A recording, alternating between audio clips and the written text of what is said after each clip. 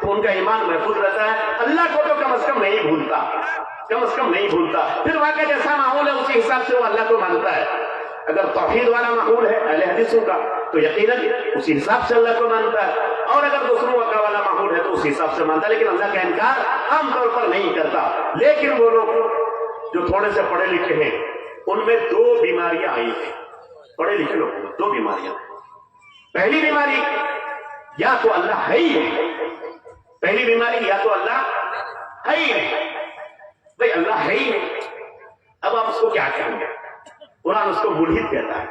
کیا کہتا ہے؟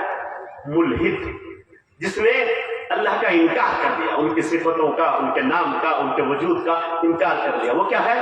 ملحد ہے۔ دوسرے پڑھے لکھے لوگ جن کی تعداد کم نہیں ہے، پوری دنیا میں ماننے والوں کے اعتبار سے سب سے زیادہ ہے۔